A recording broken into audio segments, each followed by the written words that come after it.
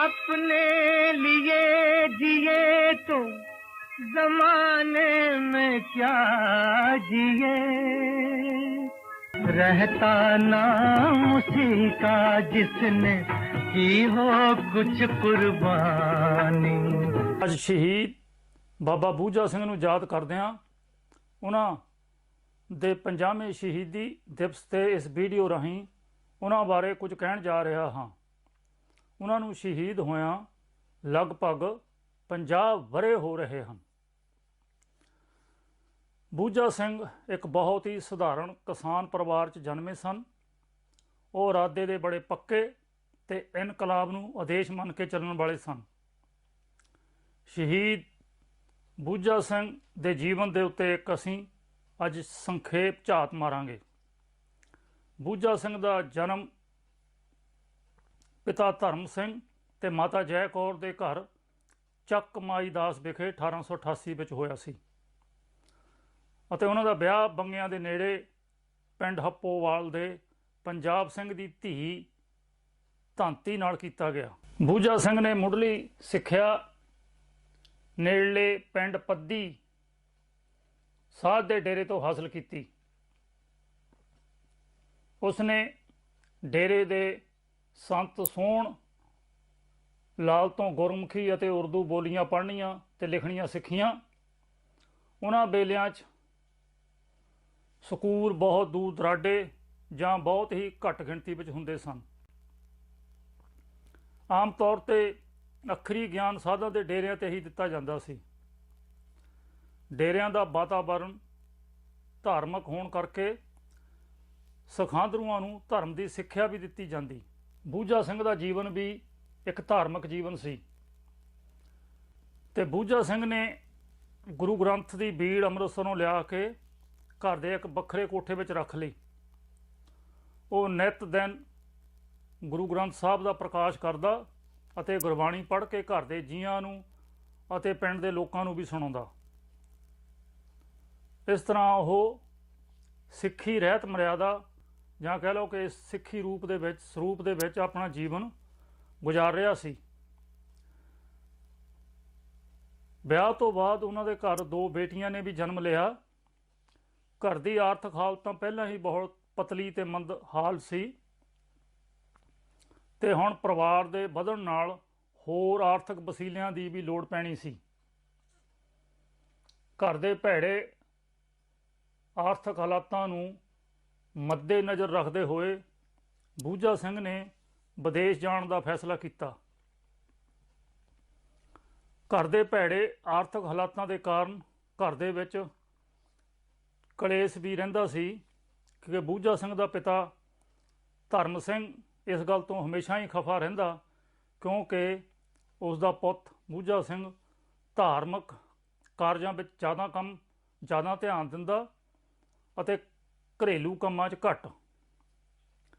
ਤੇ ਹਾਰ ਕੇ ਬੂਝਾ ਸਿੰਘ ਨੇ ਇਹ ਸਾਰੀਆਂ ਗੱਲਾਂ ਨੂੰ ਸਮਝਦੇ ਹੋਏ ਵਿਦੇਸ਼ ਜਾਣ ਦਾ ਫੈਸਲਾ ਕਰ ਲਿਆ।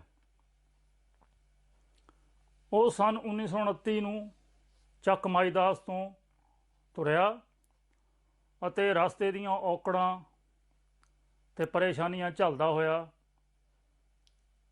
ਚੀਨ ਦੀ ਰਾਜਧਾਨੀ ਸ਼ੰਘਾਈ ਪੁੱਜ ਗਿਆ।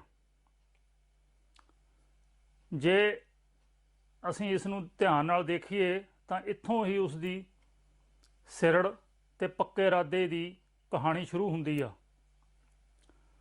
ਉਦੋਂ ਚੀਨ ਦਾ ਇੱਕ ਬੜਾ ਹਿੱਸਾ ਬ੍ਰਿਟਿਸ਼ ਰਾਜ ਦੇ ਕਬਜ਼ੇ ਥੱਲੇ ਹੋਣ ਕਰਕੇ ਉੱਥੇ ਜਾਣ ਲਈ ਪਾਸਪੋਰਟ ਦੀ ਜ਼ਰੂਰਤ ਨਹੀਂ ਸੀ ਪੈਂਦੀ। ਚੀਨ ਤੋਂ ਅਰਜਨਟੀਨਾ ਜਾਣ ਲਈ ਬੂਝਾ ਸਿੰਘ ਨੇ ਪਾਸਪੋਰਟ ਬਣਾਇਆ ਤੇ ਚੀਨ ਤੋਂ ਪਨਾਮਾ ਦੇ ਰਸਤੇ 1930 ਨੂੰ ਬੂਝਾ ਸਿੰਘ ਅਰਜਨਟੀਨਾ ਜਾ ਪੁੱਜਾ। ਉਸਨੇ ਰਸਾਰੀਓ ਸ਼ਹਿਰ ਵਿਖੇ ਆਪਣਾ ਰਹਿਣ ਬਸੇਰਾ ਕੀਤਾ। ਇੱਥੇ ਇੱਕ ਗੱਲ ਹੋਰ ਕਹਿਣੀ ਬੇਲੋੜੀ ਨਹੀਂ ਹੋਵੇਗੀ ਕਿ ਬੂਝਾ ਸਿੰਘ ਦੇ ਜਾਣ ਤੋਂ ਪਹਿਲਾਂ ਹੀ ਨਾਨਕਿਆਂ ਵੱਲੋਂ ਉਹਨਾਂ ਦਾ ਇੱਕ ਰਿਸ਼ਤੇਦਾਰ ਭਗਤ ਸਿੰਘ ਬਿਲਗਾ ਉੱਥੇ ਹੀ ਰਹਿੰਦਾ ਸੀ। ਕਹਿਣੀ ਬੇਲੋੜੀ ਨਹੀਂ ਹੋਵੇਗੀ ਕਿ ਬੂਝਾ ਸਿੰਘ ਨੇ ਜਾਣ ਤੋਂ ਪਹਿਲਾਂ ਆਪਣੇ ਨਾਨਕਿਆਂ ਵੱਲੋਂ ਇੱਕ ਰਿਸ਼ਤੇਦਾਰ ਭਗਤ ਸਿੰਘ ਬਿਲਗਾ ਦੀਆਂ ਚਿੱਠੀਆਂ ਪੜ੍ਹੀਆਂ ਤੇ ਉਹਨਾਂ ਚਿੱਠੀਆਂ ਦੇ ਆਧਾਰ ਦੇ ਉੱਤੇ ਉਹਨੇ ਇੱਕ ਆਪਣੇ ਦਿਮਾਗ ਵਿੱਚ ਨਕਸ਼ਾ ਵਸਾ ਲਿਆ ਤੇ ਉਹਨਾਂ ਚਿੱਠੀਆਂ ਨੂੰ ਹੀ ਉਹ ਆਧਾਰ ਮੰਨ ਕੇ ਵਿਦੇਸ਼ ਨੂੰ ਗਿਆ ਅਤੇ ਉਹ ਅਰਜਨਟਾਈਨਾ ਪਹੁੰਚਾ। ਉਸਦੇ ਜਾਣ ਤੋਂ ਪਹਿਲਾਂ ਹੀ ਭਗਤ ਸਿੰਘ ਬਿਲਗਾ, ਜਿਹਦਾ ਆਪਾਂ ਪਹਿਲਾਂ ਜ਼ਿਕਰ ਕੀਤਾ ਹੈ ਦੋਸਤੋ, ਉਹ ਉੱਥੇ ਅਰਜਨਟਾਈਨਾ ਦੇ ਵਿੱਚ ਰਹਿੰਦਾ ਸੀ। ਅਰਜਨਟਾਈਨਾ ਪਹੁੰਚਣ ਤੱਕ ਉਸ ਦਾ ਮੁੱਖ ਉਦੇਸ਼ ਘਰ ਦੀ ਮੰਦਹਾਲੀ ਨੂੰ ਖੁਸ਼ਹਾਲੀ ਵਿੱਚ ਬਦਲਣਾ ਸੀ। ਉਸ ਸਮੇਂ ਭਾਰਤ ਵਿੱਚ ਆਜ਼ਾਦੀ ਦੀ ਲਹਿਰ ਚੱਲ ਰਹੀ ਸੀ ਤਾਂ ਉਹ ਇਸ ਗੱਲ ਤੋਂ ਵੀ ਬੇਖਬਰ ਨਹੀਂ ਸੀ ਕਿ ਉਹਨਾਂ ਦਾ ਪੇਂਡੂ ਸਾਥੀ ਰੱਖਾ ਸਿੰਘ ਅਕਾਲੀ ਮੋਰਚਿਆਂ ਦੀ ਡਟ ਕੇ ਹਮਾਇਤ ਕਰਦਾ ਹੁੰਦਾ ਸੀ। ਚੱਕ ਮਾਈ ਦਾਸ ਦੇ ਨੇੜਲਾ ਪਿੰਡ ਬਹਿਰਾਮ ਹੈ, ਜਿਹੜਾ ਕਿ ਜਰਨੈਲੀ ਸੜਕ ਦੇ ਉੱਤੇ ਵਸਿਆ ਹੋਇਆ ਹੈ। ਜਦੋਂ ਵੀ ਉੱਥੋਂ ਕੋਈ ਅਕਾਲੀ ਜਥਾ ਲੰਘਦਾ ਤਾਂ ਉਹਨਾਂ ਦੀ ਲੰਗਰ ਪਾਣੀ ਦੀ ਸੇਵਾ ਵਾਸਤੇ ਰੱਖਾ ਸਿੰਘ ਬੂਝਾ ਸਿੰਘ ਨੂੰ ਵੀ ਨਾਲ ਲਿਜਾਂਦਾ। ਉਦੋਂ ਹੀ ਉਹਨਾਂ ਦੇ ਮਿੱਤਰ ਸਾਥੀ ਨੇ ਆਜ਼ਾਦੀ ਅੰਦੋਲਨ ਦੀ ਚਿਣਗ ਬੂਝਾ ਸਿੰਘ ਦੇ ਮਨ 'ਚ ਲਾ ਦਿੱਤੀ। ਹੁਣ ਤਾਂ ਇੱਦਾਂ ਸਮਝੋ ਕਿ ਸਿਰਫ ਫੂਕ ਮਾਰਨ ਦੀ ਹੀ ਦੇਰ ਸੀ ਕਿ ਇਸ ਚਿਣਗ ਨੇ ਭਾਂਬੜ ਬਣ ਜਾਣਾ ਸੀ। ਅਰਜਨਟਾਈਨਾ ਪਹੁੰਚਣ ਦੇ ਰਾਹ ਵਿੱਚ ਆਈਆਂ ਦੁਸ਼ਵਾਰੀਆਂ ਅਤੇ ਸੰਗੀਆਂ ਸਾਥੀਆਂ ਦੀਆਂ ਦੇਸ਼ 'ਚੋਂ ਆਈਆਂ ਚਿੱਠੀਆਂ ਨੂੰ ਪੜ੍ਹ ਕੇ ਜਵਾਬ ਲਿਖਣੇ ਤੇ ਵਿਹਲੇ ਸਮੇਂ ਦੇ ਵਿੱਚ ਅਖਬਾਰਾਂ ਜਾਂ ਰਸਾਲੇ ਪੜ੍ਹਨੇ। ਫਿਰ ਹੌਲੀ ਹੌਲੀ ਬੂਝਾ ਸਿੰਘ ਦੇ ਮਨ ਦੇ ਵਿੱਚ ਇਹ ਸਵਾਲ ਵੀ ਉੱਠਣੇ ਸ਼ੁਰੂ ਹੋ ਗਏ ਕਿ ਮੈਂ ਹੀ ਸਿਰਫ ਆਰਥਿਕ ਮੰਦਹਾਲੀ ਦਾ ਮਾਰਿਆ ਹੀ ਪ੍ਰਦੇਸ਼ਾਂ 'ਚ ਰੁਲਣ ਨਹੀਂ ਆਇਆ, ਸਗੋਂ ਮੇਰੇ ਤੋਂ ਇਲਾਵਾ ਮੇਰੇ ਦੇਸ਼ ਦੇ ਹੋਰ ਵੀ ਬੇਗਿਣਤ ਲੋਕ ਇਸ ਤਰ੍ਹਾਂ ਰੁਜ਼ਗਾਰ ਲੱਭਣ ਲਈ ਪ੍ਰਦੇਸ਼ਾਂ ਵਿੱਚ ਰੁਲਦੇ ਫਿਰ ਰਹੇ ਹਨ। ਤਾਂ ਇਹ ਸਾਰੀਆਂ ਗੱਲਾਂ ਉਸ ਦੇ ਮਨ ਦੇ ਬੂਹੇ 'ਤੇ ਦਸਤਕ ਦੇਣ ਲੱਗੀਆਂ। ਉਹਨਾਂ ਦੇ ਸਾਥੀ ਰੱਖਾ ਸਿੰਘ ਨੇ ਦੇਸ਼ ਦੀ ਆਜ਼ਾਦੀ ਵਾਸਤੇ ਸੰਘਰਸ਼ ਦੀ ਚਿਣਗ ਤਾਂ ਉਸ ਦੇ ਮਨ 'ਚ ਪਹਿਲਾਂ ਹੀ ਲਾ ਦਿੱਤੀ ਸੀ, ਜਿਹਦਾ ਕਿ ਆਪਾਂ ਪਹਿਲਾਂ ਜ਼ਿਕਰ ਕੀਤਾ। ਤਾਂ ਬੂਝਾ ਸਿੰਘ ਕੰਮ ਤੋਂ ਬਚੇ ਹੋਏ ਸਮੇਂ ਦੇ ਵਿੱਚ ਗਦਰ ਤੇ ਕਿਰਤੀ ਵਰਗੀਆਂ ਅਖਬਾਰਾਂ ਤੇ ਪੱਤਰਕਾਵਾਂ ਪੜ੍ਹਦਾ ਰਹਿੰਦਾ ਤੇ ਨਵੀਂ ਚੇਤਨਾ ਉਸ ਦੇ ਮਨ ਦੇ ਬੂਹੇ 'ਚੋਂ ਲੰਘ ਕੇ ਹਲਚਲ ਕਰਨ ਲੱਗੀ। ਇਹਨਾਂ ਅਖਬਾਰਾਂ ਤੇ ਪੱਤਰਕਾਵਾਂ ਨੇ ਭਾਰਤ ਵਿੱਚ ਆਜ਼ਾਦੀ ਦੇ ਅੰਦੋਲਨ ਅਤੇ ਸਮਾਜਵਾਦ ਦੀ ਵਿਚਾਰਧਾਰਾ ਨੂੰ ਫੈਲਾਉਣ ਦੀ ਮੁਹਿੰਮ ਛੇੜੀ ਹੋਈ ਸੀ। ਭਾਈ ਰਤਨ ਸਿੰਘ ਰਾਏਪੁਰ ਡੱਬਾ ਦੀ ਅਗਵਾਈ ਹੇਠ ਚੱਲ ਰਹੀ ਅਰਜਨਟਾਈਨਾ ਦੀ ਗਦਰ ਪਾਰਟੀ ਵਿੱਚ ਵੀ ਬੂਝਾ ਸਿੰਘ ਸ਼ਾਮਲ ਹੋ ਗਿਆ, ਕਿਉਂਕਿ ਗਦਰ ਤੇ ਕਿਰਤੀ ਪੱਤਰਕਾਵਾਂ ਪੜ੍ਹਨ ਦੇ ਨਾਲ ਉਹਨੂੰ ਕਾਫੀ ਹੱਦ ਤੱਕ ਇਹ ਗੱਲ ਸਮਝ ਆ ਚੁੱਕੀ ਸੀ ਕਿ ਬ੍ਰਿਟਿਸ਼ ਰਾਜ ਦੇ ਅਧੀਨ ਭਾਰਤ ਕਿਉਂ ਹੈ ਅਤੇ ਗੁਲਾਮੀ ਦੇ ਕਾਰਨ ਕੀ ਹਨ। ਅਰਜਨਟਾਈਨਾ ਦੀ ਗਦਰ ਜਥੇਬੰਦੀ 1925 ਵਿੱਚ ਹੀ ਪੈਰ ਲਾ ਸਕੀ, ਕਿਉਂਕਿ ਅਮਰੀਕਾ ਤੇ ਕੈਨੇਡਾ ਦੇ ਮੁਕਾਬਲੇ ਗਦਰ ਪਾਰਟੀ ਦੀ ਸਥਾਪਨਾ 11-12 ਸਾਲਾਂ ਦੇ ਬਾਅਦ ਹੀ ਕਿਤੇ ਅਰਜਨਟਾਈਨਾ ਵਿੱਚ ਕੀਤੀ ਗਈ ਸੀ। ਭਾਈ ਰਤਨ ਸਿੰਘ ਦਾ ਮੰਨਣਾ ਸੀ ਕਿ ਗਦਰ ਪਾਰਟੀ ਵਿੱਚ ਜਿਹੜੀ 1914 ਤੋਂ ਲੈ ਕੇ 1916 ਤੱਕ ਜਿਸ ਨੇ ਗਦਰ ਕੀਤਾ ਸੀ, ਉਸ ਗਦਰ ਪਾਰਟੀ ਵਿੱਚ ਠੋਸ ਸਿਆਸੀ ਵਿਚਾਰਧਾਰਾ ਦੀ ਘਾਟ ਤੇ ਲੋਕਾਂ ਦੇ ਨਾ ਸਹਿਯੋਗ ਮਿਲਣ ਕਾਰਨ ਗਦਰ ਅਸਫਲ ਹੋ ਚੁੱਕਿਆ ਸੀ। ਅਰਜਨਟਾਈਨਾ ਦੀ ਗਦਰ ਪਾਰਟੀ ਦੇ ਆਗੂ ਭਾਈ ਰਤਨ ਸਿੰਘ ਦੀ ਸਲਾਹ ਸੀ ਕਿ ਸਾਨੂੰ ਅਸਫਲ ਹੋਏ ਗਦਰ ਤੋਂ ਸਬਕ ਸਿੱਖਣਾ ਚਾਹੀਦਾ ਹੈ। ਸਾਨੂੰ ਫਿਰ ਤੋਂ ਰਾਜਨੀਤਿਕ ਤੌਰ ਤੇ ਜਥੇਬੰਦ ਹੋਣ ਵਾਸਤੇ ਈਸਟਰਨ ਯੂਨੀਵਰਸਿਟੀ ਮਾਸਕੋ ਤੋਂ ਮਾਰਕਸਵਾਦ ਦੀ ਰਾਜਨੀਤਿਕ ਤੇ ਸਮਾਜਿਕ ਸਿੱਖਿਆ ਲੈਣੀ ਬਹੁਤ ਹੀ ਜ਼ਰੂਰੀ ਹੈ, ਜਿਸ ਦੇ ਨਾਲ ਅਸੀਂ ਭਵਿੱਖ ਦੇ ਵਿੱਚ ਇੱਕ ਚੰਗੀ ਵਿਚਾਰਧਾਰਾ ਦੇ ਆਧਾਰ ਦੇ ਉੱਤੇ ਇੱਕ ਲਹਿਰ ਖੜੀ ਕਰ ਸਕਦੇ ਹਾਂ। ਜਦੋਂ ਵੀ ਇਹ ਗਦਰੀ ਸਿਆਸੀ ਵਿਚਾਰਧਾਰਾ ਦੀ ਸੂਝ ਲੈ ਕੇ ਹਿੰਦੁਸਤਾਨ ਪਰਤਣਗੇ ਅਤੇ ਉਸ ਤੋਂ ਬਾਅਦ ਮਾਰਕਸਵਾਦ ਦੇ ਸਿਧਾਂਤ ਤੇ ਜਨਤਕ ਆਧਾਰ ਵਾਲੀ ਇੱਕ ਲੋਕ ਲਹਿਰ ਖੜੀ ਕਰਨ ਸਕਣ ਦੇ ਕਾਬਲ ਹੋਣਗੇ। ਬੂਝਾ ਸਿੰਘ ਤੇ ਭਾਈ ਰਤਨ ਸਿੰਘ ਇਸ ਵਿਚਾਰ ਨਾਲ ਪੂਰੀ ਤਰ੍ਹਾਂ ਸਹਿਮਤ ਸਨ। ਬੂਝਾ ਸਿੰਘ ਤੇ ਉਹਨਾਂ ਦੇ ਸਾਥੀਆਂ ਨੇ ਇੱਕ ਜਥਾ ਬਣਾਇਆ ਤੇ ਇਹ ਜਥਾ ਸਮੁੰਦਰੀ ਰਸਤੇ 3 ਮਈ 1932 ਨੂੰ ਜਰਮਨੀ ਦੇ ਸ਼ਹਿਰ ਹੈਮਬਰਗ ਪਹੁੰਚਿਆ। ਹੈਮਬਰਗ ਪਹੁੰਚਣ ਤੋਂ ਬਾਅਦ ਇਹ ਸਾਰਾ ਜਥਾ ਰੇਲ ਰਾਹੀਂ ਮਾਸਕੋ ਈਸਟਰਨ ਯੂਨੀਵਰਸਿਟੀ ਪਹੁੰਚ ਗਿਆ। ਇਹ ਯੂਨੀਵਰਸਿਟੀ ਰੂਸੀ ਇਨਕਲਾਬ ਤੋਂ ਬਾਅਦ ਇਨਕਲਾਬੀ ਵਿਚਾਰਾਂ ਨੂੰ ਦੁਨੀਆ ਭਰ ਵਿੱਚ ਖਾਸ ਕਰਕੇ ਗੁਲਾਮ ਅਤੇ ਪਛੜੇ ਹੋਏ ਦੇਸ਼ਾਂ ਦੇ ਲੋਕਾਂ ਤੱਕ ਪਹੁੰਚਾਉਣ ਦੇ ਕੇਂਦਰ ਵਜੋਂ ਕੰਮ ਕਰਦੀ ਸੀ। ਇਸ ਸਾਰੇ ਜਥੇ ਨੂੰ ਯੂਨੀਵਰਸਿਟੀ ਦੇ ਹਿੰਦੁਸਤਾਨੀ ਬੋਲੀ ਵਾਲੇ ਪੰਜਾਬੀ ਵਿਭਾਗ ਵਿੱਚ ਦਾਖਲਾ ਮਿਲ ਗਿਆ। ਕਾਮਰੇਡ ਦਿਆਕੋਬ ਦੀ ਨਿਗਰਾਨੀ ਹੇਠ ਇਹਨਾਂ ਨੂੰ ਮਾਰਕਸਵਾਦ ਅਤੇ ਰੂਸੀ ਇਨਕਲਾਬ ਬਾਰੇ ਪੰਜਾਬੀ ਬੋਲੀ ਵਿੱਚ ਅਧਿਐਨ ਕਰਾਇਆ ਜਾਂਦਾ, ਕਿਉਂਕਿ ਉਸ ਵੇਲੇ ਪ੍ਰੋਫੈਸਰ ਦਿਆਕੋਬ ਪੰਜਾਬੀ ਬੋਲੀ ਦੇ ਬਹੁਤ ਹੀ ਮਾਹਰ ਅਤੇ ਸਿਆਣੇ ਅਧਿਆਪਕ ਮੰਨੇ ਜਾਂਦੇ ਸਨ।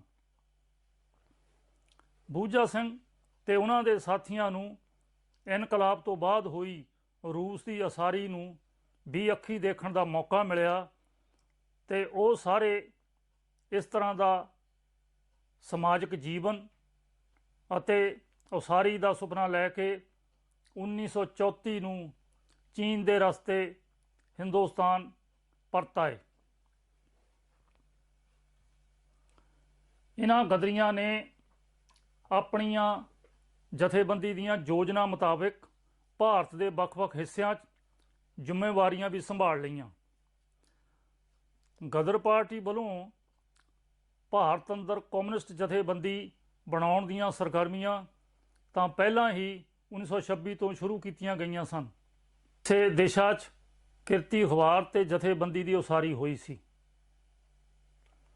ਇਸ ਜਥੇਬੰਦੀ ਦੇ ਮੋਢੀਆਂ 'ਚੋਂ ਭਾਈ ਸੰਤੋਖ ਸਿੰਘ ਧਰਦਿਓ ਸਨ, ਜਿਨ੍ਹਾਂ ਨੇ ਮਾਰਕਸਵਾਦ ਦਾ ਅਧਿਐਨ ਅਮਰੀਕਾ ਦੀ ਗਦਰ ਪਾਰਟੀ ਸਮੇਂ ਜੇਲ੍ਹ ਵਿੱਚ ਬੈਠ ਕੇ ਕੀਤਾ ਹੋਇਆ ਸੀ।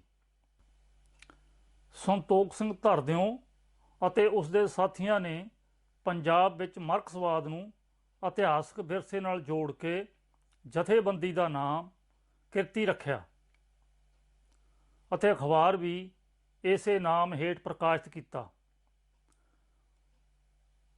ਕਿਰਤੀ ਨਾਮ ਸਾਡੇ ਸੱਭਿਆਚਾਰ ਜਾਣੀ ਕਿ ਪੰਜਾਬੀ ਸੱਭਿਆਚਾਰ ਦੇ ਨਾਲ ਬਹੁਤ ਹੀ ਮੇਲ ਖਾਂਦਾ ਸੀ ਤੇ ਇਹ ਨਾਮ ਆਮ ਲੋਕਾਂ ਦੀ ਜ਼ੁਬਾਨ ਤੇ ਵੀ ਚੜ੍ਹ ਗਿਆ ਤੇ ਮਨ 'ਚ ਵੀ ਵਸ ਗਿਆ। ਕਿਰਤੀ ਪਾਰਟੀ ਦੇ ਸਿਧਾਂਤਕ ਢਾਂਚੇ ਦੀ ਖਾਸੀਅਤ ਅਤੇ ਵਿਲੱਖਣਤਾ ਸੀ ਕਿ ਇਸ ਵਿੱਚ ਸਿੱਖ, ਹਿੰਦੂ ਅਤੇ ਮੁਸਲਮਾਨ ਧਾਰਮਿਕ ਆਪਣੇ ਵਖਰੇਵਿਆਂ ਦੇ ਬਾਵਜੂਦ ਵੀ ਮਾਰਕਸਵਾਦੀ ਵਿਚਾਰਧਾਰਾ ਵਾਲੀ ਪਾਰਟੀ ਵਿੱਚ ਬਗੈਰ ਕਿਸੇ ਭੇਦਭਾਵ ਦੇ ਬੜੀ ਸੁਹਿਰਦਤਾ ਤੇ ਲਗਨ ਨਾਲ ਕੰਮ ਕਰਦੇ ਸਨ। ਬੂਝਾ ਸਿੰਘ ਤੇ ਉਹਨਾਂ ਦੇ ਸਾਥੀਆਂ ਨੇ 1934 'ਚ ਕਿਰਤੀ ਪਾਰਟੀ ਦੀ ਸੂਬਾ ਕਮੇਟੀ ਦਾ ਜਥੇਬੰਦਕ ਢਾਂਚਾ ਪੰਜਾਬ ਵਿੱਚ ਖੜਾ ਕੀਤਾ। ਬੂਝਾ ਸਿੰਘ ਸੂਬਾ ਕਮੇਟੀ ਮੈਂਬਰ ਚੁਣੇ ਗਏ ਅਤੇ ਥੋੜ੍ਹੇ ਦਿਨਾਂ 'ਚ ਹੀ ਕਿਰਤੀ ਜਥੇਬੰਦੀ ਇੱਕ ਵੱਡੇ ਕਾਫਲੇ ਦੇ ਰੂਪ ਵਿੱਚ ਉੱਭਰ ਕੇ ਸਾਹਮਣੇ ਆ ਗਈ। ਘਰੋਂ ਤਾਂ ਬੂਝਾ ਸਿੰਘ ਅਰਜਨਟਾਈਨਾ ਘਰ ਦੀ ਜੂਨ ਸੁਧਾਰਨ ਲਈ ਕਮਾਈ ਕਰਨ ਗਿਆ ਸੀ, ਪਰ ਮਿੱਤਰੋ ਹੋਇਆ ਇਸ ਤੋਂ ਉਲਟ। ਉਹ ਸਾਰੇ ਦੇਸ਼ ਦੀ ਜੂਨ ਸੁਧਾਰਨ ਲਈ ਇਨਕਲਾਬੀ ਵਿਚਾਰਧਾਰਾ ਨੂੰ ਮਨ 'ਚ ਵਸਾ ਕੇ ਅਤੇ ਲੋਕਾਂ ਦੀ ਖੁਸ਼ਹਾਲੀ ਦਾ ਆਦੇਸ਼ ਮਿਥ ਕੇ ਆਪਣੇ ਵਤਨ ਵਾਪਸ ਆਇਆ। ਬੂਝਾ ਸਿੰਘ ਅਤੇ ਉਹਨਾਂ ਦੇ ਸਾਥੀਆਂ ਦੀ ਅਣਥੱਕ ਮਿਹਨਤ ਸਦਕਾ ਕਿਰਤੀ ਪਾਰਟੀ ਨੇ ਆਪਣਾ ਘੇਰਾ ਬਹੁਤ ਵਧਾ ਲਿਆ। ਐਸਾ ਸਮਾਂ ਵੀ ਆਇਆ ਜਦੋਂ ਕਿਰਤੀ ਪਾਰਟੀ ਨੇ ਕਾਂਗਰਸ ਦੇ ਸਾਂਝੇ ਫਰੰਟ ਸ਼ਾਮਲ ਹੋਣ ਦਾ ਵੀ ਏਜੰਡਾ ਰੱਖਿਆ। ਉਸ ਸਮੇਂ ਗੁਰਮੁਖ ਸਿੰਘ ਲਲਤੋਂ ਦਾ ਧੜਾ, ਜਿਸ ਵਿੱਚ ਬੂਝਾ ਸਿੰਘ ਵੀ ਸ਼ਾਮਲ ਸੀ, ਕਾਂਗਰਸ ਵਿੱਚ ਜਾਣ ਦਾ ਵਿਰੋਧ ਕਰਨ ਲੱਗੇ। ਬਾਅਦ ਵਿੱਚ ਅਚਾਨਕ ਉਹਨਾਂ ਦਿਨਾਂ ਵਿੱਚ ਹੀ ਬੂਝਾ ਸਿੰਘ ਦੀ ਗ੍ਰਿਫਤਾਰੀ ਹੋ ਗਈ। ਪਾਰਟੀ ਦੀ ਬਹੁ ਗਿਣਤੀ ਕਾਂਗਰਸ ਵਿੱਚ ਸ਼ਾਮਲ ਹੋਣ ਦੇ ਹੱਕ ਵਿੱਚ ਸੀਗੀ, ਕਿਉਂਕਿ ਬ੍ਰਿਟਿਸ਼ ਸਰਕਾਰ ਨੇ ਕਿਰਤੀ ਤੇ ਬੜੀ ਸਖਤ ਪਾਬੰਦੀ ਲਾਈ ਹੋਈ ਸੀਗੀ। ਇਸ ਲਈ ਇਹ ਕਾਂਗਰਸ ਵਿੱਚ ਸ਼ਾਮਲ ਹੋਣ ਦਾ ਇੱਕ ਵਕਤੀ ਤੌਰ ਤੇ ਸਿਆਸੀ ਦਾਅ ਪੇਚ ਹੀ ਸੀ। ਬੂਝਾ ਸਿੰਘ ਨੇ ਰਿਹਾ ਹੋਣ ਤੋਂ ਬਾਅਦ ਅਤੇ ਉਸਦੇ ਸਾਥੀਆਂ ਨੇ ਪਾਰਟੀ ਦੇ ਫੈਸਲੇ ਦਾ ਸਤਿਕਾਰ ਕਰਦੇ ਹੋਏ ਕਾਂਗਰਸ ਦੀ ਮੈਂਬਰਸ਼ਿਪ ਦੇ ਵੀ ਫਾਰਮ ਭਰ ਦਿੱਤੇ, ਪਰ ਕਿਰਤੀ ਪਾਰਟੀ ਨੇ ਕਾਂਗਰਸ ਨਾਲ ਕੋਈ ਅਜਿਹਾ ਸਮਝੌਤਾ ਨਹੀਂ ਕੀਤਾ ਜਿਸ ਨਾਲ ਕਿਰਤੀ ਪਾਰਟੀ ਦੀ ਵਿਚਾਰਧਾਰਾ ਨੂੰ ਸੱਟ ਵੱਜਦੀ। ਉਸ ਸਮੇਂ ਦਾ ਇੱਕ ਦਿਖਾਂਤ ਇਹ ਵੀ ਸੀ ਕਿ CPI, ਜਿਸ ਵਿੱਚ ਸੋਹਣ ਸਿੰਘ ਜੋਸ਼ ਵੀ ਸ਼ਾਮਲ ਸੀ, ਕਾਂਗਰਸ ਦੇ ਉਸ ਧੜੇ ਨਾਲ ਪੰਜਾਬ 'ਚ ਖੜਦੀ ਸੀ, ਜਿਸ ਦੀ ਕੇਂਦਰ ਵਿੱਚ ਅਗਵਾਈ ਜਵਾਹਰ ਲਾਲ ਨਹਿਰੂ ਤੇ ਗਾਂਧੀ ਕਰਦੇ ਸਨ। ਪੰਜਾਬ ਦੀ CPI ਜਥੇਬੰਦੀ ਦਾ ਸੋਹਣ ਸਿੰਘ ਜੋਸ਼ ਸਕੱਤਰ ਵੀ ਸੀ, ਪਰ ਕਿਰਤੀ ਪਾਰਟੀ ਦੀ ਕਾਂਗਰਸ ਦੇ ਉਸ ਧੜੇ ਨਾਲ ਸਾਂਝ ਸੀ ਜਿਸ ਵਿੱਚ ਸਮਾਜਵਾਦੀ ਵਿਚਾਰਾਂ ਦੇ ਲੋਕ ਜੁੜੇ ਹੋਏ ਸਨ, ਜਿਨ੍ਹਾਂ ਦੀ ਅਗਵਾਈ ਸੁਭਾਸ਼ ਚੰਦਰ ਬੋਸ ਵਰਗੇ ਲੀਡਰ ਕਰ ਰਹੇ ਸਨ।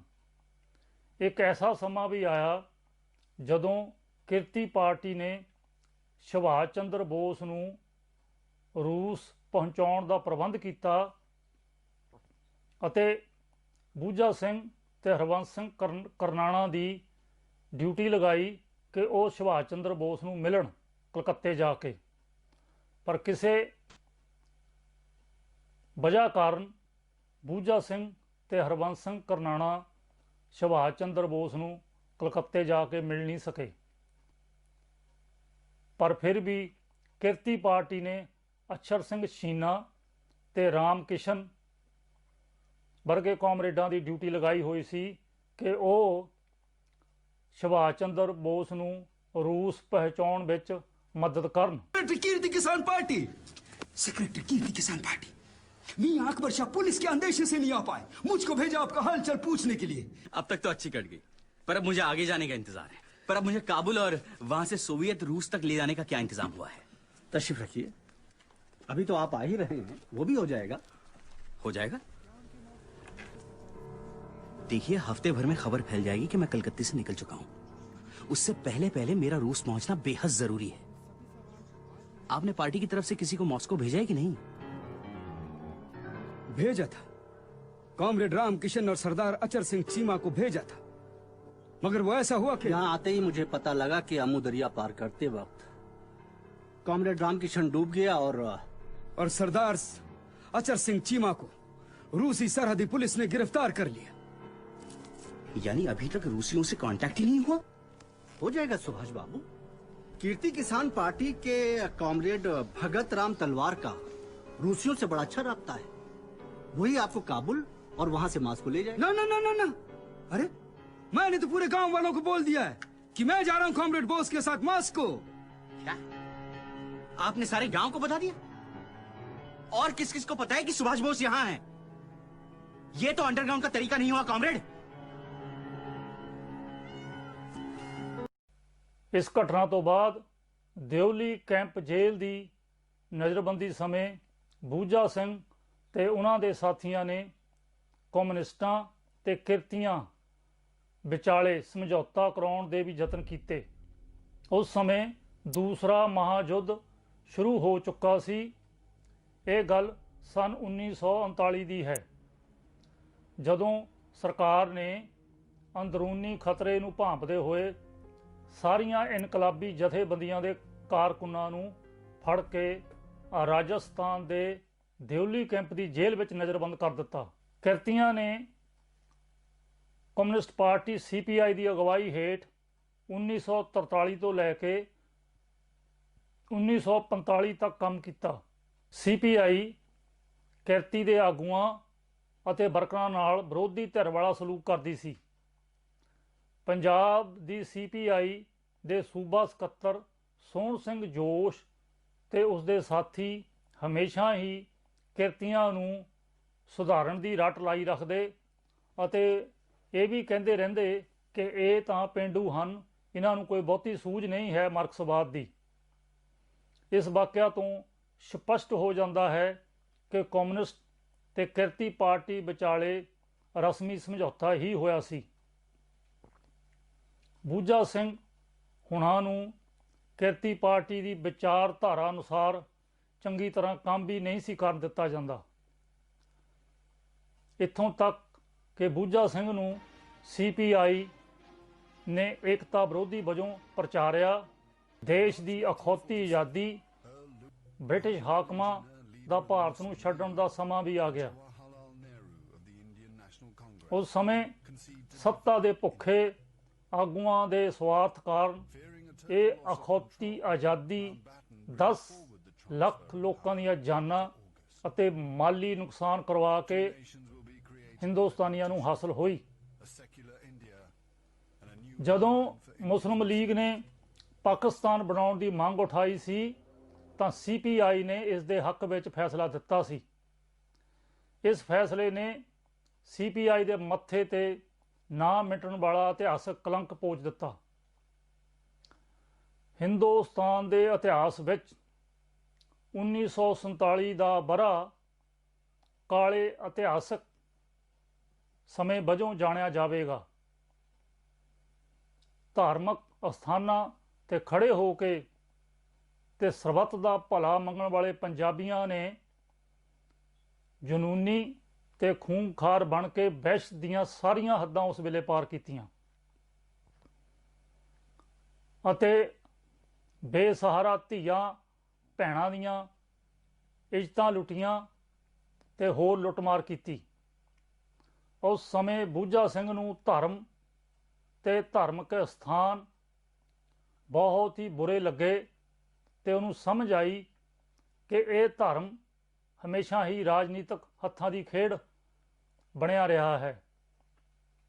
CPI ਦੀ ਸ਼ਰੀਕੇਬਾਜ਼ੀ ਤੋਂ ਤੰਗ ਆ ਕੇ 1948 ਵਿੱਚ ਤੇਜਾ ਸਿੰਘ ਸੁਤੰਤਰ ਤੇ ਬੂਝਾ ਸਿੰਘ ਤੇ ਉਹਨਾਂ ਦੇ ਸਾਥੀਆਂ ਨੇ ਇੱਕ ਲਾਲ ਕਮਿਊਨਿਸਟ ਪਾਰਟੀ ਨਾਂ ਦੀ ਜਥੇਬੰਦੀ ਦਾ ਗਠਨ ਕੀਤਾ। ਬੂਝਾ ਸਿੰਘ ਤੇ ਉਸਦੇ ਸਾਥੀਆਂ ਨੇ ਬੇਜ਼ਮੀਨੇ ਕਿਸਾਨਾਂ ਦੇ ਹੱਕ ਵਿੱਚ ਇਸ ਲਾਲ ਪਾਰਟੀ ਦੀ ਅਗਵਾਈ ਹੇਠ ਇੱਕ ਘੋਲ ਚਲਾਇਆ। ਇਹ ਘੋਲ 1948 ਤੋਂ ਲੈ ਕੇ 1952 ਤੱਕ ਚੱਲਿਆ ਤੇ ਇਸ ਘੋਲ ਵਿੱਚ ਲਾਲ ਪਾਰਟੀ ਨੇ ਜਿੱਤ ਪ੍ਰਾਪਤ ਕੀਤੀ। ਉਸ ਵੇਲੇ ਤੇਜਾ ਸਿੰਘ ਸੁਤੰਤਰ ਦੀ ਰਾਏ ਸੀ ਕਿ ਹਕੂਮਤ ਖਿਲਾਫ ਹਥਿਆਰਬੰਦ ਗੁਰੀਲਾ ਲੜਾਈ ਲੜੀ ਜਾਣੀ ਚਾਹੀਦੀ ਆ, ਪਰ ਬੂਝਾ ਸਿੰਘ ਤੇ ਉਹਨਾਂ ਦੇ ਕੁਝ ਸਾਥੀਆਂ ਨੇ ਇਸ ਦਾ ਵਿਰੋਧ ਵੀ ਕੀਤਾ ਅਤੇ ਉਹਨਾਂ ਨੇ ਇਹ ਵੀ ਕਿਹਾ ਕਿ ਪਹਿਲਾਂ ਲੋਕਾਂ ਨੂੰ ਵਿਚਾਰਧਾਰਕ ਤੌਰ ਉੱਤੇ ਸਾਨੂੰ ਜਾਗਰਤ ਕਰਨਾ ਚਾਹੀਦਾ ਹੈ ਤਾਂ ਕਿ ਲੋਕ ਸਾਡੇ ਨਾਲ ਜੁੜ ਸਕਣ ਅਤੇ ਲੋਕਾਂ ਤੋਂ ਬਿਨਾਂ ਕਦੇ ਵੀ ਕੋਈ ਕ੍ਰਾਂਤੀ ਨਹੀਂ ਹੁੰਦੀ। ਲਾਲ ਪਾਰਟੀ ਦੇ ਬਹੁਤ ਸਾਰੇ ਮੈਂਬਰ 1952 ਵਿੱਚ ਇੱਕ ਵਾਰ ਫਿਰ CPI ਵਿੱਚ ਜਾਣ ਲਈ ਤਿਆਰ ਹੋ ਗਏ। CPI ਵਿੱਚ ਜਾਣ ਨਾਲ ਲਾਲ ਪਾਰਟੀ ਦੇ ਆਗੂਆਂ ਨੂੰ ਇਹ ਫਾਇਦਾ ਹੋਣਾ ਸੀ ਕਿ ਉਹਨਾਂ ਦੇ ਵਾਰੰਟ ਰੱਦ ਹੋਣੇ ਸਨ। CPI ਨੇ ਇਸ ਮੌਕੇ ਦਾ ਫਾਇਦਾ ਉਠਾਉਂਦੇ ਹੋਏ ਜਾਣਬੁੱਝ ਕੇ ਇੱਕ ਅਜਿਹੀ ਸ਼ਰਤ ਰੱਖੀ ਕਿ ਮੈਂਬਰਸ਼ਿਪ ਦੇ ਫਾਰਮ ਭਰਨ ਦੇ ਨਾਲ ਹਰੇਕ ਮੈਂਬਰ ਇੱਕ ਮਾਫੀਨਾਮਾ ਵੀ ਲਿਖ ਕੇ ਦੇਵੇ, ਜਿਸ ਵਿੱਚ ਇਹ ਲਿਖਿਆ ਹੋਣਾ ਚਾਹੀਦਾ ਹੈ ਕਿ ਅੱਜ ਤੱਕ ਜੋ ਵੀ ਅਸੀਂ ਰਾਜਨੀਤਿਕ ਤੌਰ ਤੇ ਕੀਤਾ ਉਹ ਸਾਰਾ ਕੁਝ ਗਲਤ ਕੀਤਾ ਸੀ। ਬੂਝਾ ਸਿੰਘ ਤੇ ਉਹਨਾਂ ਦੇ ਸਾਥੀਆਂ ਨੂੰ ਇਹ ਜਾਣ ਕੇ ਬਹੁਤ ਹੀ ਧੱਕਾ ਲੱਗਾ ਅਤੇ ਦੁੱਖ ਹੋਇਆ। ਉਹਨਾਂ ਨੇ ਫਾਰਮ ਤਾਂ ਭਰ ਦਿੱਤੇ ਅਣਮੰਨੇ ਮਨ ਨਾਲ, ਪਰ ਮਾਫੀਨਾਮੇ ਦੀ ਸ਼ਰਤ ਨੂੰ ਨਾ ਮਨਜ਼ੂਰ ਕੀਤਾ। ਨਾਲ ਕਮਿਊਨਿਸਟ ਪਾਰਟੀ ਨੇ ਸਨ 1952 ਦੇ ਕਿਸਾਨੀ ਘੋਲ ਦੀ ਜਿੱਤ ਹਾਸਲ ਕਰ ਲਈ ਸੀ। ਇਸ ਜਿੱਤ ਤੋਂ ਬਾਅਦ ਕਾਂਗਰਸ ਸਰਕਾਰ ਨੇ ਇਸ ਨੂੰ ਖਤਰਨਾਕ ਕਰਾਰ ਦਿੰਦੇ ਹੋਏ ਇਸ ਦੇ ਆਗੂਆਂ ਤੇ ਵਰਕਰਾਂ ਦੇ ਵਾਰੰਟ ਜਾਰੀ ਕਰ ਦਿੱਤੇ ਤੇ ਆਗੂ ਅਤੇ ਵਰਕਰ ਗੁਪਤਵਾਸ ਚਲੇ ਗਏ। ਪਾਰਟੀ ਅੰਤ ਨੂੰ ਤੋੜਨੀ ਪਈ। ਪੰਜਾਬ ਦੇ ਮੁੱਖ ਮੰਤਰੀ ਨੇ ਇਸ ਸਮੇਂ ਦਾ ਲਾਹਾ ਲੈਂਦੇ ਹੋਏ ਅਤੇ ਮੌਕੇ ਦੇ ਹਾਲਾਤਾਂ ਨੂੰ ਭਾਂਪਦੇ ਹੋਏ ਬਿਖਰ ਚੁੱਕੀ ਲਾਲ ਪਾਰਟੀ ਜਾਣੀ ਕਿ ਲਾਲ ਕਮਿਊਨਿਸਟ ਪਾਰਟੀ ਦੇ ਮੈਂਬਰਾਂ ਨੂੰ ਕਾਂਗਰਸ ਵਿੱਚ ਆਉਣ ਦਾ ਸੱਦਾ ਦਿੱਤਾ। ਉਸ ਦੇ ਬਹਿਕਾਵੇ 'ਚ ਆ ਕੇ ਬਹੁਤ ਸਾਰੇ ਮੈਂਬਰ ਤੇ ਆਗੂ ਕਾਂਗਰਸ ਦੇ ਕਿਸਾਨ ਜਥੇਬੰਦੀ ਵਿੱਚ ਚਲੇ ਗਏ, ਪਰ ਬੂਝਾ ਸਿੰਘ ਤੇ ਉਹਨਾਂ ਦੇ ਸਾਥੀਆਂ ਨੇ ਮੁੱਖ ਮੰਤਰੀ ਦੇ ਬੁਲਾਵੇ ਨੂੰ ਨਕਾਰਦੇ ਹੋਏ ਉਹ ਆਪਣੇ ਵਿਚਾਰਾਂ ਤੇ ਡਟੇ ਰਹੇ।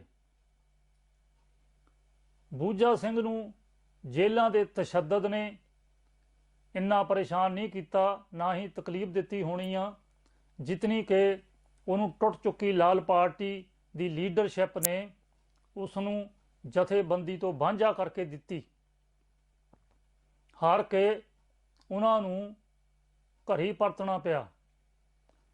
ਪੈਪਸੂ ਦੀ ਬੇਜ਼ਮੀਨੇ ਕਿਸਾਨਾਂ ਦੇ ਘੋਲ ਵੇਲੇ ਬੂਝਾ ਸਿੰਘ ਦੇ ਟੱਬਰ ਨੂੰ ਪੁਲਿਸ ਨੇ ਬਹੁਤ ਹੀ ਤੰਗ ਕੀਤਾ ਤੇ ਆਏ ਦਿਨ ਪੁਲਿਸ ਟੱਬਰ ਨੂੰ ਤੰਗ ਕਰਦੀ ਤੇ ਜ਼ਬਰ ਕਰਦੀ, ਤਾਂ ਹਾਰ ਕੇ ਧਾਂਤੀ ਨੇ ਆਪਣਾ ਇਕਲੌਤਾ ਪੁੱਤ ਹਰਦਾਸ ਬਿਹਾਰ ਭੇਜ ਦਿੱਤਾ। ਅਫਸੋਸ ਸਾਡੇ ਇਤਿਹਾਸਕਾਰਾਂ ਦੇ ਯੋਧਿਆਂ ਸੂਰਮਿਆਂ ਦਾ ਇਤਿਹਾਸ ਲਿਖਣ ਵਾਲਿਆਂ ਨੇ ਕਦੇ ਵੀ ਉਹਨਾਂ ਦੇ ਟੱਬਰਾਂ ਨਾਲ ਕੀ ਬੀਤੀ ਕਦੇ ਨਹੀਂ ਲਿਖਿਆ। ਧਾਂਤੀ ਨੇ ਬੂਝਾ ਸਿੰਘ ਦੀ ਗੈਰ ਹਾਜ਼ਰੀ ਵਿੱਚ ਸਾਰੇ ਪਰਿਵਾਰ ਨੂੰ ਇੱਕ ਮੁੱਠ ਰੱਖਣ ਲਈ ਪੂਰਾ ਤਾਣ ਲਾਇਆ। ਜਦੋਂ ਬੂਝਾ ਸਿੰਘ ਜਥੇਬੰਦੀ ਤੋਂ ਵਾਂਝਾ ਹੋ ਕੇ ਆਪਣੇ ਘਰ ਪਰਤ ਆਇਆ, ਤਾਂ ਜਦੋਂ ਵੀ ਉਸਦੇ ਭਰਾ ਖੇਤੀਬਾੜੀ ਤੇ ਹੋਰ ਘਰੇਲੂ ਮਾਮਲਿਆਂ ਨੂੰ ਲੈ ਕੇ ਝਗੜਾ ਕਰਨ ਲੱਗਦੇ, ਤਾਂ ਬੂਝਾ ਸਿੰਘ ਉਹਨਾਂ ਨੂੰ ਸਮਝਾਉਂਦਾ ਕਿ ਏਕਾ ਰੱਖੋ, ਏਕੇ ਨਾਲ ਦੀ ਰੀਸ ਨਹੀਂ ਹੁੰਦੀ ਤੇ ਇਕੱਲੇ ਹੋ ਕੇ ਤੁਸੀਂ ਕੀ ਕਰੋਗੇ। ਤੇ ਉਹਨਾਂ ਦੇ ਬਰਾਬਰ ਖੇਤੀਬਾੜੀ ਦੇ ਸਾਰੇ ਧੰਦੇ ਵੀ ਕਰਦਾ। ਬੂਝਾ ਸਿੰਘ ਨੇ ਘਰੇਲੂ ਕੰਮਾਂ ਦੇ ਨਾਲ ਸਮਾਜਿਕ ਕੰਮ ਕਰਨੇ ਵੀ ਸ਼ੁਰੂ ਕੀਤੇ ਹੋਏ ਸਨ। ਉਸਨੇ ਗੁਪਤਵਾਸ ਦੇ ਦਿਨਾਂ 'ਚ ਲੋਕਾਂ ਨਾਲ ਬਣੇ ਨੇੜਲੇ ਸਬੰਧਾਂ ਦੇ ਆਧਾਰ ਤੇ ਅਨੇਕਾਂ ਕਾਮਰੇਡਾਂ ਤੇ ਰਿਸ਼ਤੇਦਾਰਾਂ ਦੇ ਮੁੰਡੇ ਕੁੜੀਆਂ ਦੇ ਰਿਸ਼ਤੇ ਵੀ ਕੀਤੇ। ਇਹ ਵੀ ਬੂਝਾ ਸਿੰਘ ਦਾ ਸਮਾਜਿਕ ਕੰਮ ਕਰਨ ਦਾ ਇੱਕ ਵਿਲੱਖਣ ਹੀ ਰੂਪ ਸੀ। ਜਦੋਂ ਬੂਝਾ ਸਿੰਘ ਜਥੇਬੰਦੀ ਤੋਂ ਵਾਂਝਾ ਹੋ ਕੇ ਘਰ ਕੰਮਕਾਰ ਕਰ ਰਿਹਾ ਸੀ, ਤਾਂ ਉਸ ਵੇਲੇ ਬਾਬਾ ਸੋਹਣ ਸਿੰਘ ਭਕਨਾ ਤੇ ਉਹਨਾਂ ਦੇ ਸਾਥੀਆਂ ਨੇ ਬੂਝਾ ਸਿੰਘ ਨੂੰ ਕਮੇਟੀ ਵਿੱਚ ਸ਼ਾਮਲ ਕਰਕੇ ਇੱਕ ਮਤਾ ਰੱਖਿਆ ਕਿ ਆਜ਼ਾਦੀ ਦੀ ਲਹਿਰ 'ਚ ਕੁਰਬਾਨੀਆਂ ਕਰ ਚੁੱਕੇ ਦੇਸ਼ ਭਗਤਾਂ ਦੀ ਯਾਦਗਾਰ ਸਾਨੂੰ ਬਣਾਉਣੀ ਚਾਹੀਦੀ ਆ। ਇਸ ਦੇਸ਼ ਭਗਤ ਯਾਦਗਾਰ ਹਾਲ ਨੂੰ ਜਲੰਧਰ ਵਿੱਚ ਬਣਾਉਣ ਦਾ ਫੈਸਲਾ ਲਿਆ ਗਿਆ ਤੇ ਚੰਦਾ ਇਕੱਠਾ ਕਰਨ ਵਾਸਤੇ ਬੂਝਾ ਸਿੰਘ ਨੂੰ ਸਨ 1958 ਵਿੱਚ ਇੰਗਲੈਂਡ ਭੇਜਿਆ ਗਿਆ। ਬੂਝਾ ਸਿੰਘ ਦਾ ਲੋਕਾਂ ਨਾਲ ਵਿਚਰਨ ਅਤੇ ਗੱਲਬਾਤ ਕਰਨ ਦਾ ਬਹੁਤ ਹੀ ਡੂੰਘਾ ਅਨੁਭਵ ਸੀ। ਇਸ ਲਈ ਉਸ ਨੂੰ ਇੰਗਲੈਂਡ ਬੁਲਾਇਆ ਗਿਆ ਤਾਂ ਕਿ ਉਹ ਵੱਧ ਤੋਂ ਵੱਧ ਚੰਦਾ ਇਕੱਠਾ ਕਰਕੇ ਦੇਵੇ। ਆਪਾਂ ਪਹਿਲਾਂ ਜ਼ਿਕਰ ਕਰ ਚੁੱਕੇ ਹਾਂ ਕਿ ਬੂਝਾ ਸਿੰਘ ਕੋਲ ਇੱਕ ਡੂੰਘਾ ਅਨੁਭਵ ਸੀ ਲੋਕਾਂ ਨਾਲ ਵਿਚਰਨ ਦਾ ਤੇ ਗੱਲਬਾਤ ਕਰਨ ਦਾ। ਇਸੇ ਆਧਾਰ ਤੇ ਬੂਝਾ ਸਿੰਘ ਨੇ ਇੰਗਲੈਂਡ ਆ ਕੇ ਦੇਸ਼ ਭਗਤ ਯਾਦਗਾਰ ਹਾਲ ਲਈ ਚੰਦਾ ਇਕੱਠਾ ਕੀਤਾ। ਬੂਝਾ ਸਿੰਘ ਨੇ ਹਵਾਈ ਜਹਾਜ਼ ਦੇ ਕਿਰਾਏ ਵਾਸਤੇ ਸਾਊਥ ਹਾਲ ਦੀ ਰਬੜ ਫੈਕਟਰੀ 'ਚ ਕੰਮ ਕੀਤਾ ਤਾਂ ਕਿ ਚੰਦੇ 'ਚੋਂ ਕਿਰਾਇਆ ਨਾ ਖਰਚਿਆ ਜਾਵੇ। ਬਸ ਬੂਝਾ ਸਿੰਘ ਦਾ ਤਾਂ ਇਹ ਹੀ ਆ ਵੀ ਜਿੰਨਾ ਚਿਰ ਸਾਡੇ ਕੋਲ ਰਿਹਾ ਇੱਥੇ, ਉਦੋਂ ਇੱਦਾਂ ਘਰਾਂ ਦੇ ਵਿੱਚ ਮੀਟਿੰਗਾਂ ਹੁੰਦੀਆਂ ਸੀ ਤੇ ਘਰ ਦੇ ਵਿੱਚ ਹੀ ਮੀਟਿੰਗ ਕਰਦੇ ਰਹੇ ਹਾਂ। ਤੇ ਕਿਉਂਕਿ ਸਾਰੇ ਲਾਝੇ ਸੀ, ਇੱਕੋ ਹੀ ਘਰ 'ਚ ਅਸੀਂ ਰਹਿੰਦੇ ਹੁੰਦੇ ਸੀ।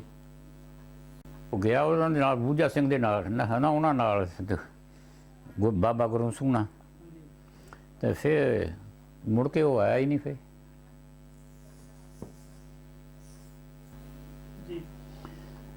ਕਿਉਂਕਿ ਉੱਥੋਂ ਜਦੋਂ ਕੋਈ ਕਾਮਰੇਡ ਆਉਂਦੇ ਹੁੰਦੇ ਸੀ ਨਾ ਇੰਡੀਆ ਤੋਂ ਇੱਥੇ, ਤਾਂ ਉਹ ਉਹਨਾਂ ਨੂੰ ਉੱਥੇ ਦੀ ਪਾਰਟੀ ਦੇ ਦਿੰਦੀ ਹੁੰਦੀ ਸੀ ਉਹਨਾਂ ਨੂੰ ਲੈਟਰ, ਤਾਂ ਉਹ ਆਉਂਦੇ CPGB ਦੇ ਮੈਂਬਰ ਬਣ ਜਾਂਦੇ ਸੀ। ਇਸ ਕਰਕੇ ਡਿਫਰੈਂਟ ਸ਼ਹਿਰਾਂ ਦੇ ਵਿੱਚ ਸੀਗੇ, ਤਾਂ ਉਹਨਾਂ ਦਾ ਕੋਈ ਨਾ ਕੋਈ ਕੰਟੈਕਟ ਕਰਨ ਲਈ ਨਾ, ਤੇ ਇੰਟਰਨੈਸ਼ਨਲ ਡਿਪਾਰਟਮੈਂਟ ਦਾ ਜਿਹੜਾ ਹੁੰਦਾ ਸੀ ਹੈੱਡ, ਉਹ ਰਜਨੀ ਪਾਮਦੱਤ ਸੀ। ਰਜਨੀ ਪਾਮਦੱਤ ਨੇ ਫਿਰ ਉਹ ਇੰਟਰਨੈਸ਼ਨਲ ਡਿਪਾਰਟਮੈਂਟ ਦੇ ਵਿੱਚ ਫਿਰ ਕੋਆਰਡੀਨੇਟ ਕਮੇਟੀ ਬਣਾਈ ਸੀ। ਉਹ ਕੋਆਰਡੀਨੇਟ ਕਮੇਟੀ ਦਾ ਮੈਂ ਸੈਕਟਰੀ ਸੀ। ਇਸ ਕਰਕੇ ਉਹ ਸਾਰੇ ਜਿਹੜੇ ਆਉਂਦੇ ਸੀ ਇੰਡੀਆ ਤੋਂ ਕਾਮਰੇਡ, ਫਿਰ ਅਸੀਂ ਡਿਫਰੈਂਟ ਜਿੱਥੇ ਰਹਿੰਦੇ ਸੀ ਇੰਡੀਅਨ ਜਿਹੜੇ ਕਾਮਰੇਡ ਸਾਡੇ ਸੀ, ਫਿਰ ਉਹਨਾਂ ਦਾ ਆਪੋ ਵਿੱਚ ਹੀ ਫਿਰ ਹੋ ਗਿਆ ਸੀ। ਹਾਂਜੀ। ਤਾਂ ਫਿਰ ਇਕੱਠੇ ਹੋ ਜਾਂਦੇ ਹੁੰਦੇ ਸੀਗੇ। 1954 'ਚ ਆਇਆ ਤਾਂ ਮੇਰਾ ਪਿਆਰ ਬੜਾ ਸੀ, ਮੈਂ ਉਹਨਾਂ ਨੂੰ ਮਿਲ ਕੇ ਆਇਆ। ਤੇ ਇੱਥੇ ਆ ਕੇ ਉਹ ਇੱਥੇ ਜਿਸਲੇ ਬਾਬਾ ਗੁਰਮੁਖ ਸਿੰਘ, ਬਾਬਾ ਕਰਮ ਸਿੰਘ ਚੀਮਾ ਤੇ ਕਾਂਗਰਸ ਭੋਲਾ ਸਿੰਘ ਚੀਮਾ ਵੀ ਨਾਲ ਸੀ, ਤੇ ਇਹ ਕਾਂਗਰਸ ਬੂਝਾ ਸਿੰਘ ਨੂੰ ਇਹ 10 ਨੰਬਰ ਵਾਲੇ ਪਹਿਲਾਂ ਆ ਗਿਆ। ਉਦੋਂ ਮੈਂ ਬਰਮਿੰਘਮ ਦੇ ਵਿੱਚ ਹੀ ਸੀਗਾ। ਉੱਥੋਂ ਉਹ ਰਬੜ 'ਚ ਕੰਮ ਤੇ ਪਿਆਰਾ ਸਿੰਘ ਖਾਂਬਰੇ ਨੂੰ ਲਵਾਇਆ। ਮੈਂ ਵੀ ਉੱਥੇ ਰਬੜ 'ਚ ਕੰਮ ਕਰਦਾ ਸੀ, ਤੇ ਉਹਨਾਂ ਨੇ ਕੰਮ ਕੀਤਾ। ਇੰਨੀ ਲਿਆਕਤ ਸੀ, ਜਿਹੜਾ ਇੰਚਾਰਜ ਸੀ ਜੈਕ ਕਹਿੰਦੇ ਸੀ ਉਹਨੂੰ, ਜੈਕ ਹੁਣੀ ਖਬਰਾਂ ਸੁਣਦੇ ਹੁੰਦੇ ਸੀ, ਕਹਿਣਾ ਤੂੰ ਸਾਨੂੰ ਕੋਈ ਆਪਣੀ ਕੋਈ ਗੱਲ ਸੁਣਾ, ਕੰਮ ਤੇਰਾ ਹੋ ਹੀ ਜਾਂਦਾ। ਜਿਸ ਦਿਨ ਆਉਣ ਜਾਣ ਦਾ ਬਾਈ ਏਅਰ ਕਰਾਇਆ, 20 ਪਾਉਂਡ ਵੱਧ ਗਏ, ਤੇ ਨੋਟਿਸ ਦਿਆ ਵੀ ਫਰਾਈਡੇ ਮੈਨੂੰ ਕਾਰਡ ਮੇਰਾ ਰੈਡੀ ਕਰ ਦਿਓ। ਰੌਲਾ ਪੈ ਗਿਆ। ਸਕੂਲ ਹੁੰਦਾ ਸੀ ਸ਼ਾਮ ਨੂੰ, ਤੇ ਉੱਥੇ ਸਾਰੇ ਜੀ ਰੌਲਾ ਪੈ ਗਿਆ। ਕਾਂਵੜੇ ਵਿਸ਼ਨੂੰ ਦੱਤ ਹੁਣੀ ਵੀ, ਅਜੀਤ ਸਿੰਘ ਰਾਏ ਵੀ, ਮਤਲਬ ਕਹਿਣ ਦਾ ਅਸੀਂ 12-13 ਜਣੇ ਹੁੰਦੇ ਸੀਗੇ, ਤੇ ਸਾਰੇ ਜੀ ਲੱਗ ਪਏ, ਉਹਦੇ ਦੁਆਲੇ ਹੋ ਗਏ। ਮੈਂ ਚੁੱਪ ਕਰਕੇ ਮੈਂ ਬੈਠਾ ਰਿਹਾ। ਹੱਸ ਕੇ ਮੈਨੂੰ ਕਹਿੰਦੇ, ਕਾਮਰੇਡ ਕਿਰਤੀ ਜੀ ਤੁਸੀਂ ਨਹੀਂ ਮੈਨੂੰ ਕੁਛ ਕਹਿਣਾ? ਮੈਂ ਕਹਿੰਦੀ ਮੈਂ ਨਹੀਂ ਕਹਿਣਾ। ਹੱਸ ਕੇ ਕਹਿੰਦੇ ਵੀ ਜੇ ਮੈਂ ਇਸੇ ਖੱਡੇ 'ਚ ਡਿੱਗਣਾ ਸੀ, ਕਮਾਈ ਕਰਨੀ ਸੀ, ਤਾਂ ਮੈਨੂੰ 1923-24 'ਚ ਕੀ ਹੋਇਆ ਸੀ? ਤੇ ਇੱਥੋਂ ਕਾਮਰੇਡ ਹੁਣੀ ਚਲੇ ਗਏ। ਆਪਣੇ ਕਿਰਾਏ ਨੂੰ ਚੰਦੇ 'ਚੋਂ ਨਾ ਲੈਣ ਦਾ ਉਹਨਾਂ ਦਾ ਫੈਸਲਾ ਉਹਨਾਂ ਦੀ ਜ਼ਿੰਦਗੀ ਦੇ ਅਸੂਲਾਂ ਅਤੇ ਦਿਆਨਤਦਾਰੀ ਨੂੰ ਪੇਸ਼ ਕਰਦਾ ਹੈ। ਕਰਮ ਸਿੰਘ ਕਿਰਤੀ ਦੇ ਦੱਸਣ ਮੁਤਾਬਕ ਜਦੋਂ ਕਿਰਾਏ ਤੋਂ ਵਾਧੂ 20 ਪਾਉਂਡ ਹੋ ਗਏ ਤਾਂ ਬੂਝਾ ਸਿੰਘ ਨੇ ਫੈਕਟਰੀ ਵਿੱਚੋਂ ਕੰਮ ਛੱਡ ਦਿੱਤਾ। ਕਰਮ ਸਿੰਘ ਕਿਰਤੀ ਤੇ ਉਸਦੇ ਸਾਥੀਆਂ ਨੇ ਬੂਝਾ ਸਿੰਘ ਨੂੰ ਕਿਹਾ, ਕਾਮਰੇਡ ਹਜੇ ਹੋਰ ਕੰਮ ਕਰ ਲੈਣਾ ਸੀ। ਬੂਝਾ ਸਿੰਘ ਨੇ ਹੱਸਦਿਆਂ ਹੋਇਆ ਆਖਿਆ, ਸਾਥੀਓ ਜੇ ਕਮਾਈ ਹੀ ਕਰਨੀ ਸੀ ਤਾਂ ਮੈਂ ਅਰਜਨਟੀਨਾ 'ਚ ਨਹੀਂ ਕਰ ਸਕਦਾ ਸੀ। ਮੈਨੂੰ ਕੀ ਹੋ ਗਿਆ ਸੀ ਉਸ ਵੇਲੇ? ਸਾਲ ਪਹਿਲਾਂ ਰੂਸ ਵਿਖੇ 1956 ਵਿੱਚ ਕਮਿਊਨਿਸਟ ਇੰਟਰਨੈਸ਼ਨਲ ਦੀ 20ਵੀਂ ਕਾਂਗਰਸ ਹੋ ਚੁੱਕੀ ਸੀ। ਇਸ ਕਾਂਗਰਸ ਵਿੱਚ ਕਾਮਰੇਡ ਸਟਾਲਨ ਦੇ ਤਾਨਾਸ਼ਾਹੀ ਦੇ ਤਰੀਕਿਆਂ ਦੀ ਬਹੁਤ ਆਲੋਚਨਾ ਕੀਤੀ ਗਈ ਤੇ ਇੰਗਲੈਂਡ ਦੀ ਕਮਿਊਨਿਸਟ ਪਾਰਟੀ ਦੇ ਸਕੱਤਰ ਰਜਨੀ ਪਾਮਦੱਤ ਸਨ। ਉਹਨਾਂ ਨੇ 20ਵੀਂ ਕਾਂਗਰਸ ਬਾਬਤ ਇੱਕ ਮੀਟਿੰਗ ਦਾ ਆਯੋਜਨ ਕੀਤਾ। ਬੂਝਾ ਸਿੰਘ ਉਸ ਵੇਲੇ ਹਾਲੇ ਇੰਗਲੈਂਡ ਵਿੱਚ ਸੀ। ਉਸਨੇ ਪੰਜਾਬੀ ਕਮਿਊਨਿਸਟਾਂ ਦੀ ਮਦਦ ਰਾਹੀਂ ਮੀਟਿੰਗ ਵਿੱਚ ਜਾਣ ਦੀ ਇਜਾਜ਼ਤ ਲੈ ਲਈ। ਮੀਟਿੰਗ ਵਿੱਚ ਬੂਝਾ ਸਿੰਘ ਨੇ 20ਵੀਂ ਕਾਂਗਰਸ ਦੀ ਵਿਚਾਰਧਾਰਕ ਲਾਈਨ ਦੀ ਮਾਰਕਸਵਾਦ ਦੇ ਨਜ਼ਰੀਏ ਤੋਂ ਆਲੋਚਨਾ ਕਰਦੇ ਹੋਏ ਕਿਹਾ ਅਤੇ ਭਵਿੱਖਬਾਣੀ ਕੀਤੀ ਕਿ ਇਸ ਸੋਧਵਾਦੀ ਸੇਧ ਨਾਲ ਸੋਵੀਅਤ ਯੂਨੀਅਨ ਭਵਿੱਖ ਵਿੱਚ ਸਮਾਜਵਾਦੀ ਵੀ ਨਹੀਂ ਰਹੇਗਾ ਅਤੇ ਇਹਨਾਂ ਕਾਰਨਾਂ ਕਰਕੇ ਹੀ ਇਸ ਦਾ ਪਤਨ ਹੋਵੇਗਾ ਅਤੇ ਇਹ ਟੁੱਟ ਜਾਵੇਗਾ। ਬੂਝਾ ਸਿੰਘ ਦੀ ਇਹ ਭਵਿੱਖਬਾਣੀ 31 ਵਰ੍ਹਿਆਂ ਬਾਅਦ ਬਿਲਕੁਲ ਸੱਚ ਹੋਈ, ਜਦੋਂ ਸੋਵੀਅਤ ਯੂਨੀਅਨ ਹੀ ਨਹੀਂ ਬਲਕਿ ਹੋਰ ਵੀ ਪੂਰਬੀ ਯੂਰਪੀ ਦੇਸ਼ ਸਮਾਜਵਾਦ ਦੀਆਂ ਲੀਹਾਂ ਤੋਂ ਲਹਿ ਤੁਰੇ ਅਤੇ ਬਿਖਰ ਕੇ ਟੁੱਟ ਗਏ। ਧੰਨਵਾਦ।